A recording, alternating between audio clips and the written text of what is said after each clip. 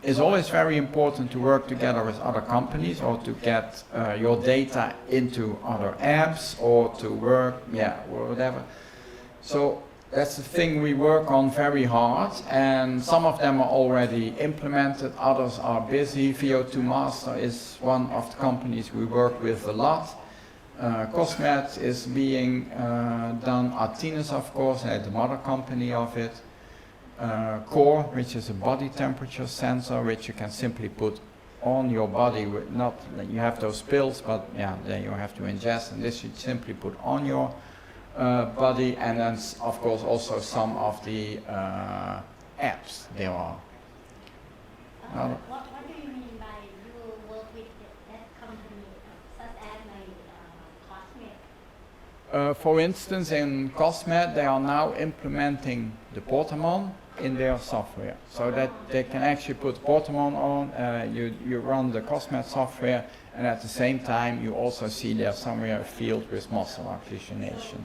So it means if we have the Cosmet in the software of the Cosmet, one day there will show up a field for muscle oxygenation from the Portamon, yes. Okay, so it can automatically link. Yes, so you have all the synchronization in place, because the synchronization is usually the difficult part. You get data on one computer, data on the other computer. How do you line them up? How do you know what started when? Garmin is actually one, well, we don't work together with him because Garmin is very arrogant and they don't want to work together with anybody, but they open up their software so you can actually see it on the watch.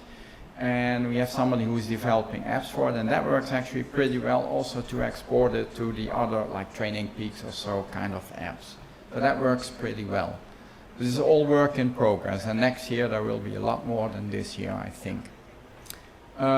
Here you see, for instance, VO2 Master also has an app. In that app you can get VO2 data, but at the same time you can also get like the TSA data and the hemoglobin data. This is how it could look like on your Garmin watch. You can actually look on your watch. I have a Polar. On the Polar it doesn't work because they don't work together with anybody. And they also not open up their software. This is a little bit how our app looks, and there's a lot of things you can see. We can try it out later. First we do the Portamon and then we can look at how this one works. But we try to make things more easy by not only showing the graphs, the simple graphs, but also things like flux or a muscle state. A muscle state should be something similar to what you would have in heart rates, for heart rate zones. And then in the end you end your training and then you can see, okay, I was so many percentage, I was in muscle state 5, which means really fatiguing, or I was doing like nothing, muscle state 1. Okay, a couple of things we want to work on, but they are not all implemented or are not all perfect yet, but okay, it's a start. First thing would be why actually you would use NIRS. In the next slide you'll see an example which comes from the 7-hill walk in the Netherlands, which is normally 15 kilometers, the day walk, and the night walk of 7 kilometers. We have hills in the Netherlands. We are very flat, but we still have hills, but they are not higher than, in this case, 10 or 20 meters difference. So it's almost like Bangkok, almost completely flat, and basically you go up a bridge and you go down the bridge. That's the kind of hills we have. The world record of the 15 kilometers was actually done during this run one day, a couple of 2-3 years ago. This is the elevation profile you see here. So you see it goes up and up and up and then down. And this is a TSI profile. We don't look at this, but this makes it interesting. You see still, this was the night run, 7 kilometers, run by a guy who was very fit, not professional runner, but a very fit guy. And what you can see, the first one here shows the heart rate, and actually it rises in the beginning and then stays, the same for the whole period. So there's actually not much you can get out of it. Am I getting more tired, less tired? But if you look Here at the muscle profile, muscle oxygenation profile, you see a lot more variation in it. For instance, here you go up the hill and you see immediately muscle VO2 going down. Same here, it's going up, muscle VO2 is going down. And he probably is adapting here, going less fast. And in this way, you can actually adapt your speed to what you are experiencing in your muscles. If you will look at the heart rate, yeah, you just see one number and it doesn't change during the whole way. So it's really more useful using muscle oxygen than only using heart rate. Warming up is another thing which is quite often forgotten. If you just like a non-professional, you just do something, you go play badminton, you do a couple of times like this and okay, up, there we go. You don't really think about warming up, what's good or what's not good for your muscle. But here you can see actually 3 different kinds of things you could encounter in reality. 3 different protocols here, like an incremental task as warming up, or a sustained easy task, or easy combined with efforts. And what you see, like here, incremental, in the end you actually have a lower saturation than when you started, so that's not what you want. The sustained easy task, you see the adaptation here, which is normal, and then it goes up again. So you achieved a higher oxygenation in your muscles. Or you actually change it a little bit, you do a couple of sprints, for instance, in between, and you end up with an even higher oxygenation. So before the real game, you have obtained your most optimal oxygenation in this way. This is not scientifically proven, but if you ask the athletes who are using it this way, they feel, okay, not very scientific feeling, but they feel it's being better than what they did before. So yeah, okay, maybe for the university here to actually prove it's true.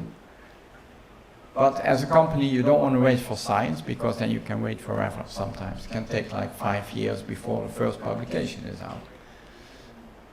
Another data example of warming up, this is real life example.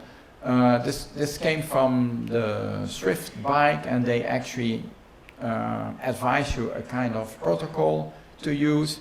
So the cyclist did this, and in the beginning you can actually see that he's following the Swift protocol, but ends up somewhere like here, which is actually lower than when he started.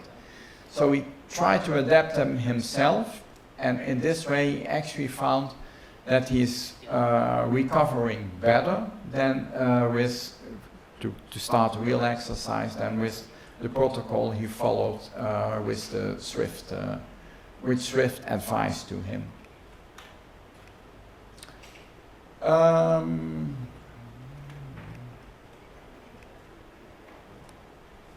Okay, we have 1 more hour, huh? I think.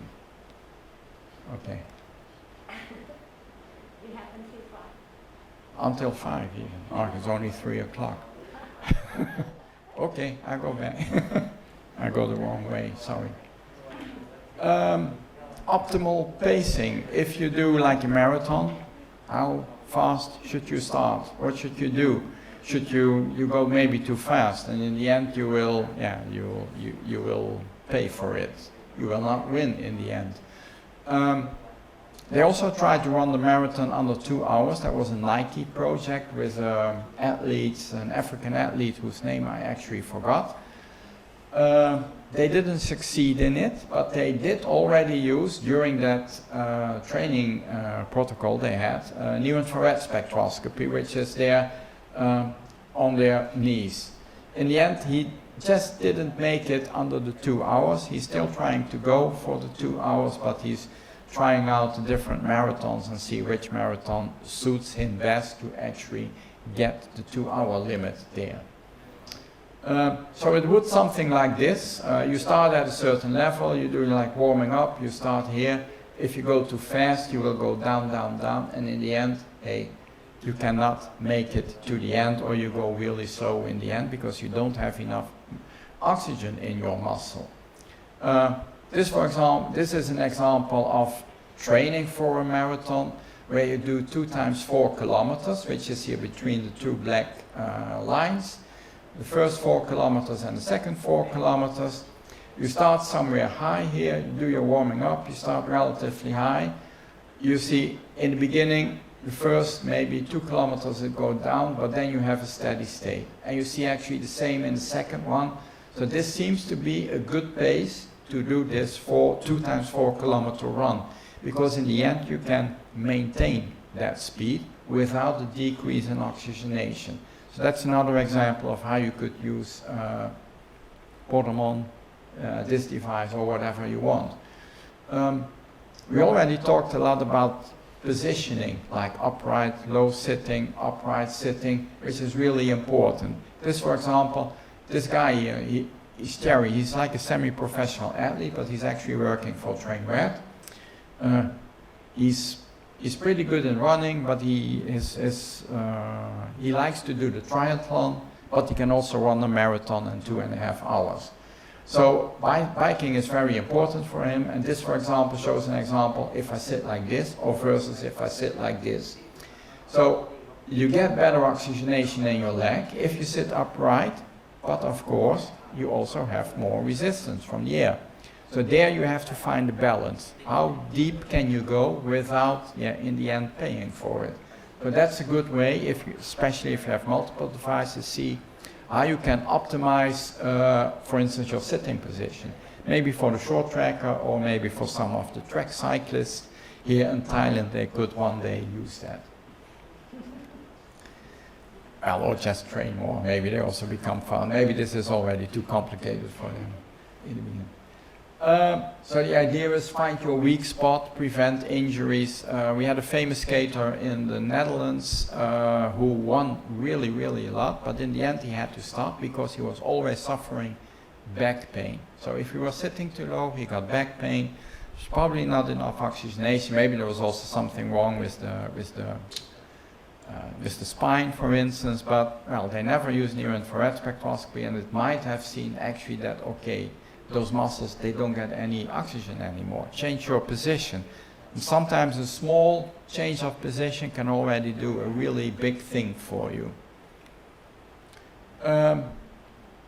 What we thought interesting were the workout zones or the muscle states. How many, you know from your Polo, from your Garmin, if you wear it, that you, in the end, you'll see what heart rate zones you are in.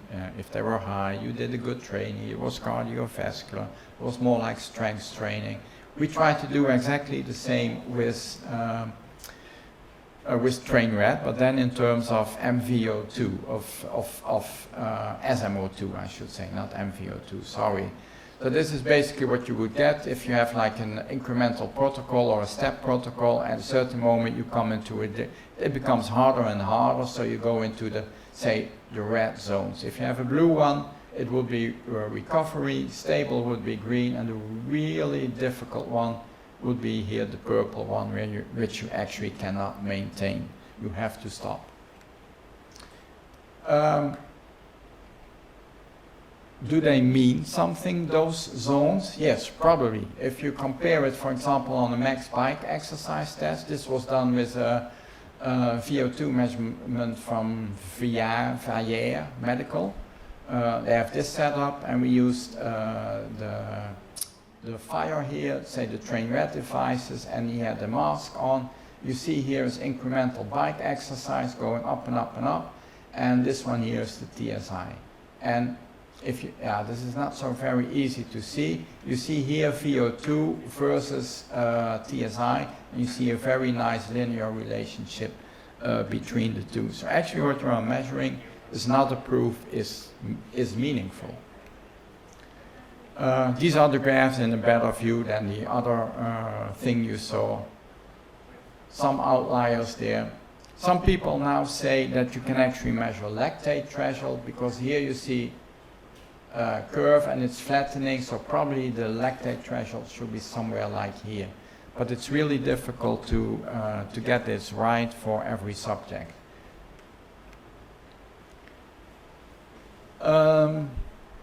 he also ran the marathon. This one he ran in 2:36, and you can see here the profile of muscle oxygen during the whole marathon. You see in the beginning it goes a little bit up then down, and then in a steady state, so he was able to maintain this, and these were the muscle states he were in. And they kind of look similar to what you might have seen with the heart rate zones. It's actually a pity we don't have the heart rate zones here as well, but maybe it was just a flat line again, and then this would say more than only having the heart rate zones. And one last example, then we can do some hands-on stuff. You can not only use NIRS on muscle, but you can also use it on the brain. And also in sports. What do you normally see if I do finger tapping, for instance? Which part of the brain is doing the work now? Come on, guys. Which part? Show it. Where? What part of your brain is doing the work now? Point it out with your finger.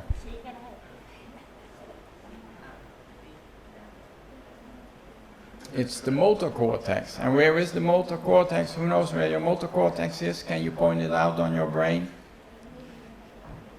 Who dares? No, it's not in your neck. It's actually here. And if I do it with the right hand, it will be the left motor cortex and the other way around. So, in order for the brain to work, to steer my motor cortex, to steer my fingers, it needs energy. And energy you get by glucose, sugar. So how do you get more glucose to the brain? By increasing the blood flow. But you only need to do this locally, and this is actually what you see here. Very locally you see an increase in oxyhemoglobin. It's only minor, it's only 1 micromolar in this case, which is like noise, almost like noise. You will not really see that. If I do this one time and I put a device on my head, I will actually see nothing, because there's a lot of more fluctuations of heart rate, of respiration, and they all are bigger than this little thing here. So you need to repeat it a couple of times. At the same time, you get a little decrease in oxyhemoglobin. And one example, also a very recent example, was, well, you have to know, we lost the world champion soccer in the quarterfinals against Argentina, who became the later champion. And we lost on penalty shootout. So they trained a lot. The trainer thought it was really important to train on the penalties, but in the end, it didn't work out. Because probably the pressure on the stadium, I don't know, 60,000 people, you win or you lose, so the pressure became too much. There was a very recent study, also Twente University, my old university, and they actually looked at penalty shootouts. And what is this doing mentally with you? So they designed an experiment, so designing a good experiment is really important here, where they had to just score in an empty goal, which is, well, no pressure at all, because almost everybody can do that. Then they had to score with a goalie there, but the goalie was kind of friendly, he would not make it hard on you, he would not do his best, etc. So not too much pressure. And then with a real goalie who was trying to go to stop the penalty. So you get more and more and more pressure. The players were, well, they were not professionals, but they were also, they were football players, soccer players, I should say. So that's what they did. And they actually found that their prefrontal cortex was more activated when anxiety was pressured. And that's kind of what you expect. And it also resulted in more missed penalties. So that's exactly what probably happened with the Dutch team. So maybe if they had to try this a little bit more, the trainer talked about this, not only just do the penalties itself, not pure the technique, but also the mental state, it might have worked. They also found that the more experienced the player was, the more they tended to overthink the penalty. What should I do? Should I do left, right, blah, blah, blah. And that doesn't help in the end. So that's a nice way of using near-infrared spectroscopy with brain devices in mainly sport psychology. Some final conclusions. Easy metrics can make muscle oxygenation available for many. That's, I think, quite important if you want to make it same like your Polar or Garmin watch.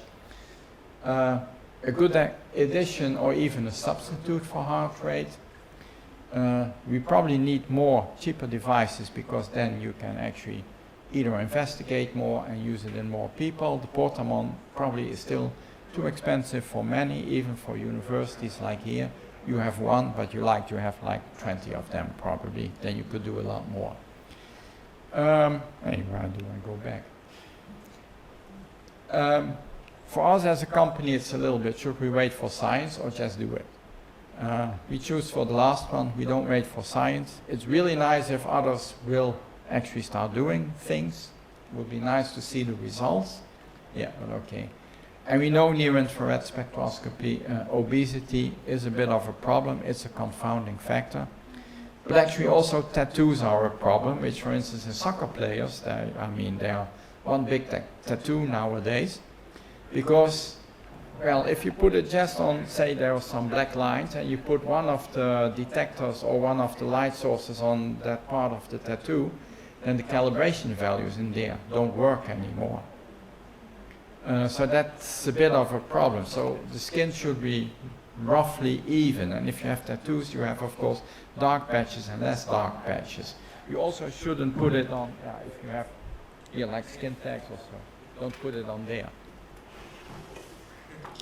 And sports psychology, that's, do you have a psychology department here? Yeah, okay, so it could be interesting for them. Okay, any question? Question and answer. Now the fun part starts. As you talk about the workout zone, workout zone, yes. Do you use the PSI to be the variable that determine the zone of the training? One of the variables. Uh-huh. They use quite a lot of features in there. So they use a bit of AI technology and they look at features, and TSI is an important one, but also HBDIF. Look a lot at HBDIF. That gives a lot of useful information there. And which protocol that we use to determine the workout zone? I mean like incremental for running or cycling? When we determine the workout I think that is, yeah. Usually it's incremental. What we did till now is usually incremental exercises, either step or like gradually. But there's also, I'm not a sport psychology or a physiologist, so you probably know more about it. You also have like the FTP test or so. You know about that? Yeah. That one is used. Yeah, that is also used quite a lot to actually determine, to kind of calibrate for yourself. Okay. And our software can detect the workout zone on No, cannot. No, why? because it's not in there. It's another company who's doing that. This is purely for science, so you get kind of the raw data. I mean, not completely raw, but okay, you get like oxy, deoxy, and TSI. That's what we provide, and that's where the researcher starts to work with. And there he has to think, hey, what should I do to actually get what is my best protocol? What should I analyze? How should I combine it with other things like power output or like power on the pedals for cycling or whatever you're measuring more at the same time. So it means that after we measure and then we have to look at the data and determine by ourselves. Yeah. Okay.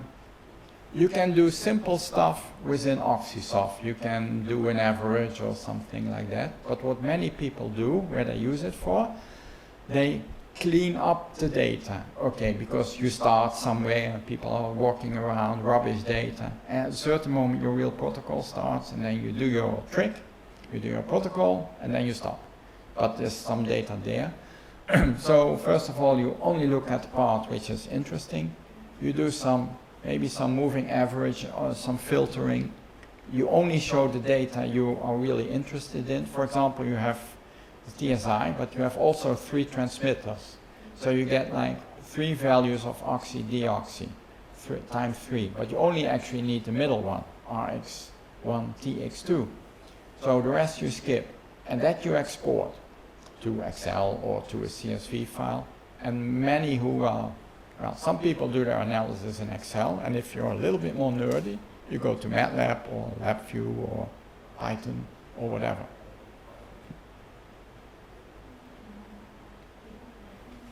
So there's no easy route to a publication in Nature. Yes.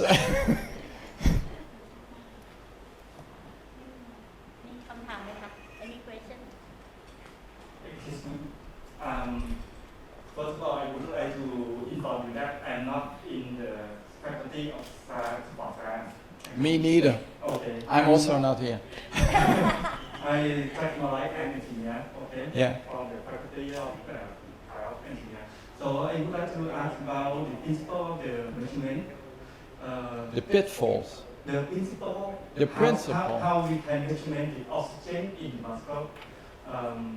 You use the near infrared Yeah, light. we use 2 wavelengths, and we look 2 wavelengths, 760, 850, and we look at the color differences. So the hemoglobin with oxygen and without. And without they have different colors, and that's where we look at. That's all.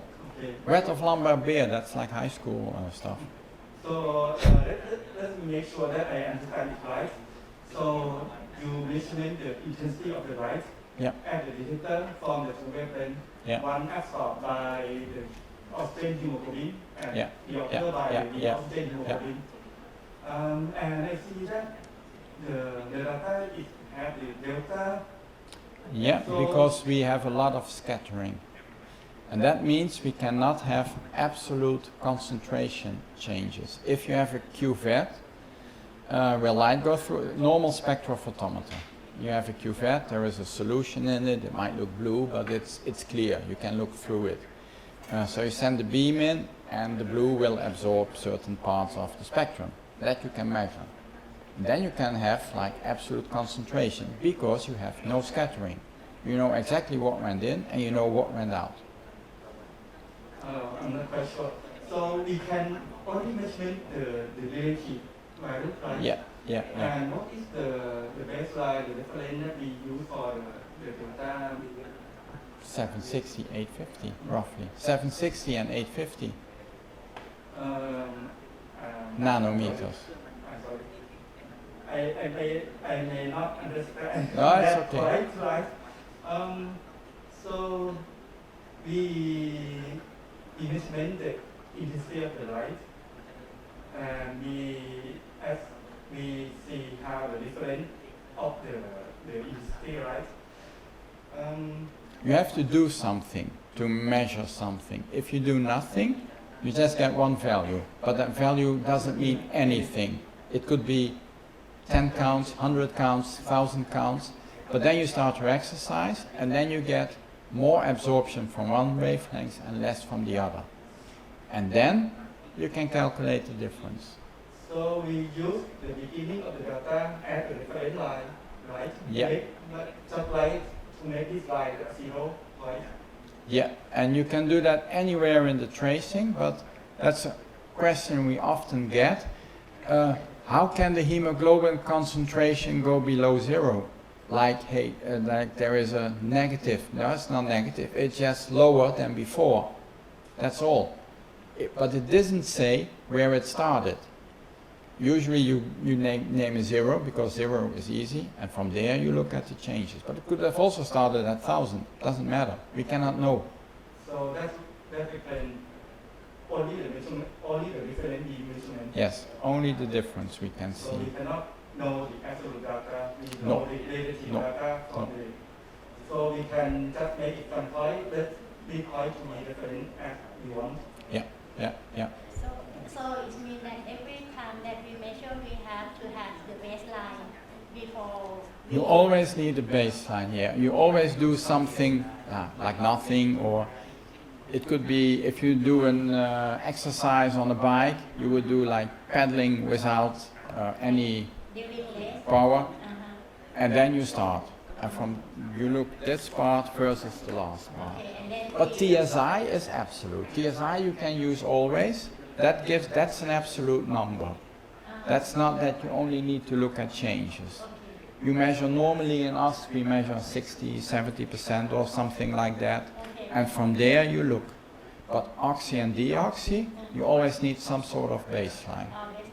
Always compare before and after. Yeah, yeah, yeah, yeah, yeah. A little bit more question to make sure I understand right. So we can only measure the oxygen hemoglobin and the oxygen hemoglobin. Yes, And the total hemoglobin we just calculate from the two. exactly. A plus B is C. Everything after it calculate from the two. Yeah, yeah. There's only two variables you really measure. All the rest is derived from it. Yeah. Okay, thank you. I think I understand how it working. Yeah. Thank you very much. One of the most asked questions we get is indeed, why is it 0 or why is it minus 100? And then, well, that's really like the basic principle of NIRS is that you don't know where you started. You only know the difference. Okay? More questions? Anybody? Sure, you want to try? Yeah, and maybe it's needed to be hand-on, but maybe I ask you first and then try to recommend. If we would like to measure more than one time, like P post for the Yeah. experiment, and then how we can like keep the marker on the muscle at the same local or same place. In order that you measure at the same spot, you mean? Yeah. How do you have any suggestion to keep?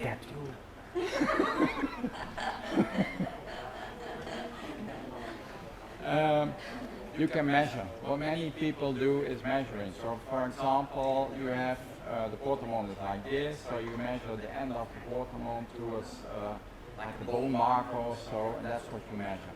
And if it's like 2 millimeters to the left or the right or up and down, doesn't really matter, because you still have a rather big volume you're looking at.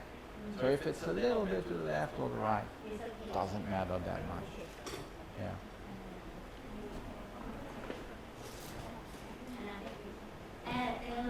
For the portamon is have like the light. Yes. It's 1, 2, 3. Yeah.